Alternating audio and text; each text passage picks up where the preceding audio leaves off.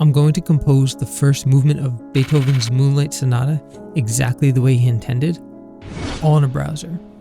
But here's the catch. I'm going to synchronize myself notating it to an actual recording. But first, we need to have a quick discussion on voices, because Beethoven actually uses up to 3 voices in this sonata. So what is a voice and why do composers use them? Well, we know what a track is, right? Typically, a piano solo may have 2 tracks or 2 staves, the right hand and the left hand. So think of a voice as a track within a track. But without getting too detailed around voices, here are 3 basic reasons why composers use voices to write music. The most common reason to use voices is so that you can have independent note durations.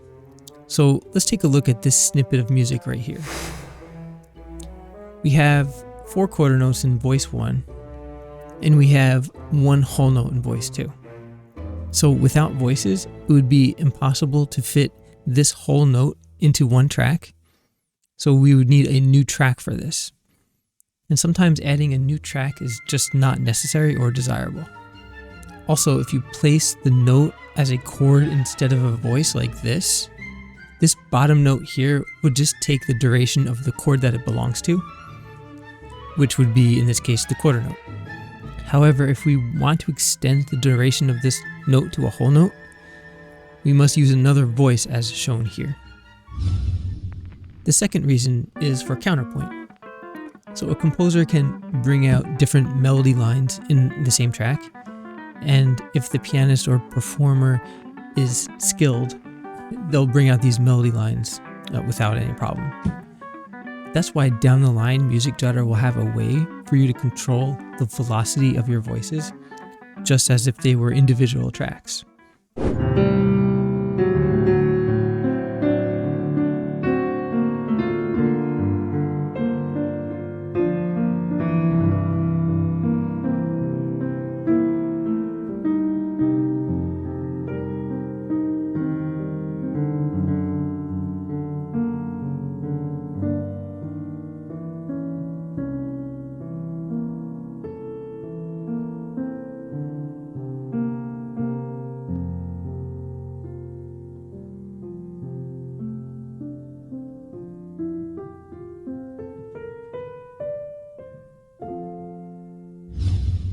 And the last reason would be for emphasis.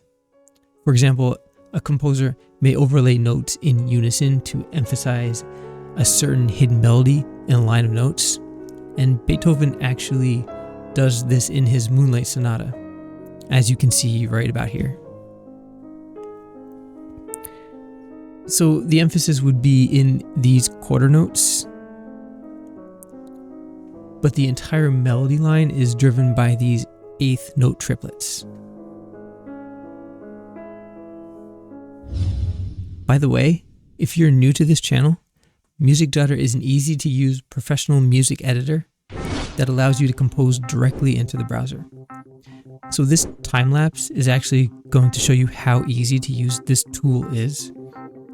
And if you want me to continue to develop this product, be sure you like this video and to subscribe. And if you're interested in early access to MusicJotter, you can become a member and support me on Buy Me a Coffee. So I'm accepting donations and memberships. So I'm going to put links in the description below. Okay, so let's quickly break down the Moonlight Sonata before we actually notate it. So the first thing that you're going to notice is that we are in common time in C sharp minor. And the most common note in this sonata is the 8th note triplet. So a good notation program must allow us to use tuplets without a hassle.